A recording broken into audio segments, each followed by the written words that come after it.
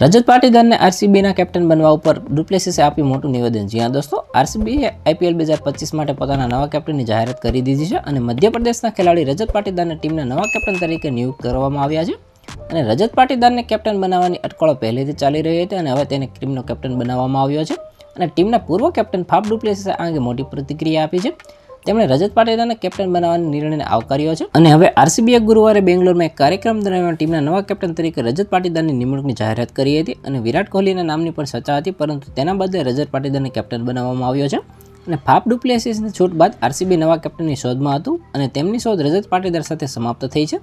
અને હવે ડુપ્લેસિસ ભલે આરસીબીની ટીમનો ભાગ ન હોય, પરંતુ તેણે રજત પાટીદારને આરસીબીનો કેપ્ટન બનવા પર એક વિડીયો મેસેજ દ્વારા મોટી પ્રતિક્રિયા આપી છે। તેમણે કહ્યું કે હું રજત પાટીદારને આરસીબીનો નવો કેપ્ટન બનવા બદલ અભિનંદન આપું છું। કોઈપણ આઈપીએલની ટીમની કેપ્ટનશિપ કરવી એ બહુ સન્માનની વાત છે, પરંતુ આરસીબીની કેપ્ટનશિપ કરવી એ ખૂબ જ ખાસ છે અને આ ટીમનો ફેન બેઝ ઘણો મોટો છે અને ટીમના માલિકો પણ તેમનો ઘણો સપોર્ટ કરે છે અને તમને માર્ગદર્શન આપવા માટે આરસીબી પાસે ઉત્તમ કોચિંગ સ્ટાફ છે અને આરસીબીની કેપ્ટનશિપ માટે તમને શુભેચ્છાઓ। તો આના વિશે તમારું શું કહેવું છે, કોમેન્ટમાં જરૂર જણાવજો। આવા જ વિડીયો માટે અમારી ચેનલ સાથે જોડાયેલા રહો।